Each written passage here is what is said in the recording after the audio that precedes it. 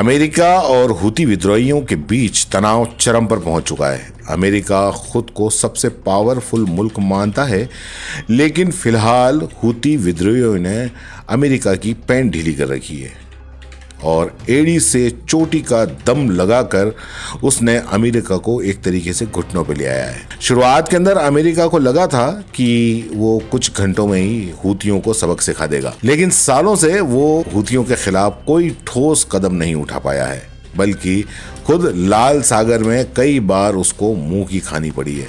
अमेरिकी राष्ट्रपति Donald Trump Yemen में हुतियों पर जबरदस्त हवाई हमले भी उन्होंने किए। अब तक 53 लोगों की मौत भी हो गई। ट्रंप ने इसको अपनी सबसे बड़ी सैन्य कार्रवाई भी माना, और लेकिन सच में यह है कि अमेरिका को चोट पहुंचाने में हुती कामयाब हुआ।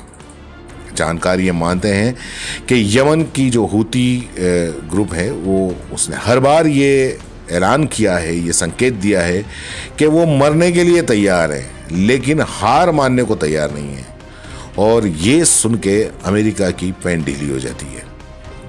गाजा को लेकर उनकी राय बिल्कुल साफ है कि अगर गाजा के अंदर मुसलमानों पर अत्याचार किया जाएगा तो इसकी कीमत इजराइल को और उसके साथ देने वाले अमेरिका को बराबर चुकानी पड़ेगी। हुतियों ने यह भी कहा कि बदले में जो इजराइल को चुकाना पड़ेगा वो इजराइल बर्दाश्त नहीं कर पाएगा, और शायद यही कसम खाकर वो लाल सागर में खिलाफत करने को तैयार हैं। लगातार अमेरिकी और इजराइल से जुड़े देशों के जो जहाज़ हैं उनको निशाना बनाया जा रहा है, उनको लूटा जा रहा है और उनको बर्बाद कर दिया जा रहा है।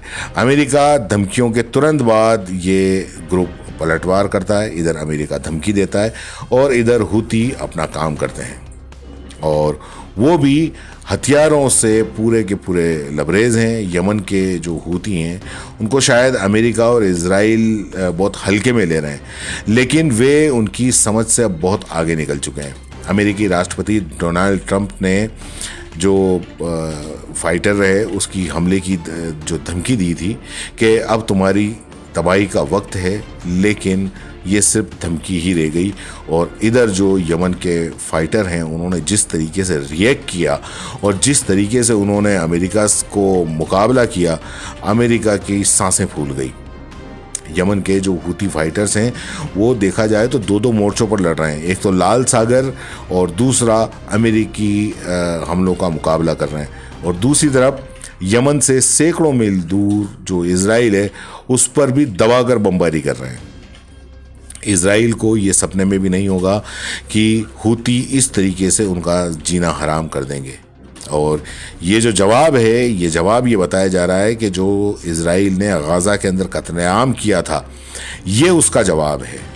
और इतना ही नहीं, यमन के हुती ग्रुप ने एक बयान जारी करके बताया कि उन्होंने इजराइल के बेन गुरियन हवाई अड्डे पर लाल सागर में अमेरिकी के एयरक्राफ्ट जो कुरियर USS हैरी एस्ट्रोमट सहित कई अमेरिकी नौ सैनिक जो जहाज हैं उनके खिलाफ मुहिम छेड़ दी है।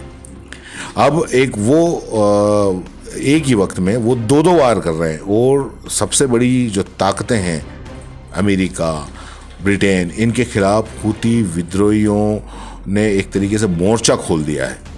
और हुती विद्रोहियों के जो अल मिसार TV चैनल हैं उस पर हुतियों के प्रवक्ता यासारी ने कहा है कि उनकी मिसाइल फ्लीट ने पैलेस्टाइन सेकेंड हाइपरसोनिक मिसाइल के साथ तेल अवीव के पास बने गुरियन एयरपोर्ट को निशाना बनाया। अब हुतियों ने यह भी दावा किया कि उनके ऑपरेशन में कामयाबी के साथ साथ जो अपना वादा था वो पूरा किया, जिसकी वजह से हवाई अड्डे पर काफ़ी देर तक फ्लाइट्स को रोकना पड़ा। हालांकि इजरायली फौज ने यह कहा कि रविवार को सुबह यमन में इजराइल पर दागे गए एक बैलिस्टिक मिसाइल को उनके एयर डिफेंस सिस्टम ने कामयाबी के साथ में रोका। लेकिन इसी बीच यमन में तीसरी सालाना पैलेस्टाइन कॉन्फ्रेंस आयोजित करके हुतियों ने एक बार फिर फिलिस्तीन के लिए अपने अज़्म, अपना जो दृढ़ संकल्प है उसका इजहार किया। अमेरिकी हमलों से घबराए बिना यमन ने हुती जो है यमन के हुती वो झुकने के मूड में बिल्कुल नहीं लगते। कहा जाता है कि ईरान समर्थित यमन के ये ग्रुप जो है वो जैदिश शिया कबीले से हैं और पूरे अरब में जो बिखरे हुए हैं, और यमन के अंसारुल्लाह ही हैं जो उनके कंट्रोल वाले इलाके बिलखसूस लाल सागर पर इजराइल और अमेरिका की नाक में दम किए हुए हैं। गौरतलब ये है कि हूतियों को कमज़ोर समझकर अमेरिका ने अपनी पुरानी गलती दोहराई है। पुरानी गलती मतलब अफ़गानिस्तान वाली जो गलती थी वो दोहराई है। वो समझा जाए कि अफ़गानिस्तान में तालिबानी लड़ाकों थे वो प्रोफेशनल सेना की तरह नहीं थे, फिर भी वहाँ अमेरिका को मुंह की खानी पड़ी। इतना ही नहीं, तालिबान लड़ाके से सारे साजो सामान जो थे वो अमेरिका से लूट लिए, इनके सैन्य कर्मियों से लूट लिए और उन्हें वापस अमेरिका जाने पर मजबूर कर दिया। तो एक तरीके से जो अफ़गानिस्तान में अमेरिका की बहुत बड़ी हार हुई। और दूसरी, अब ये हूती वो अपने आप में एक तरीके से पूरी की पूरी आर्मी है। इनके पास में दूसरी सेनाओं की तरह आधुनिक हथियार हैं। इतना ही नहीं, यमन के लोग हैं जो उनका पूरा भरपूर समर्थन है। यमन की राजधानी सना की सड़कों पर इनकी बानगी अक्सर देखने को मिल जाती है। यमन का जो भूगोल है वो भी अफ़गानिस्तान की तरह ही है, और ऐसा भी नहीं है कि अमेरिका यमन से अभी अभी उलझा है। जानकार मानते हैं कि हूतियों से लाल सागर खाली करवाने के लिए अमेरिका ब्रिटेन मिलकर उन पर काफ़ी हमले उन्होंने किए हैं, लेकिन अब तक उनसे पार नहीं पा सके। लाल सागर के अहम रूट पर आज भी हूतियों का कंट्रोल है। तो क्या ये कहा जा सकता है कि यमन में अमेरिका बुरी तरीके से फंस चुका है, न निगलने को बनता है न उगलने को बनता है, और एक तरीके से जो ट्रंप का पेंट है वो हूतियों ने ढीला कर दिया है? आपकी क्या राय है नीचे कमेंट बॉक्स में जरूर बताएं।